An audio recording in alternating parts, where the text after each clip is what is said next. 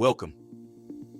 In this video, we'll walk you through how to use our breakdown summary data table, focusing on gun suicides in the United States by sex.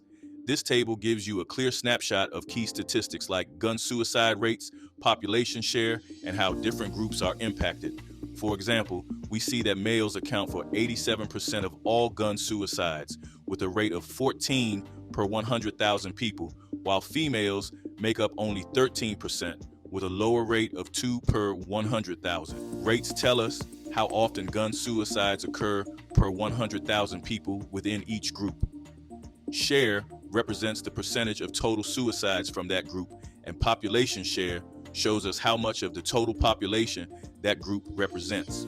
You can use this data to extract key figures, identify trends, and strengthen your advocacy efforts. Whether you're focusing on gender, race, age, or city size, this table breaks it all down. With this data, you can make a powerful case for change. Use it to support your community and advocate for policies to reduce gun violence.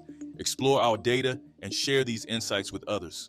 Together, we can advocate for safer communities.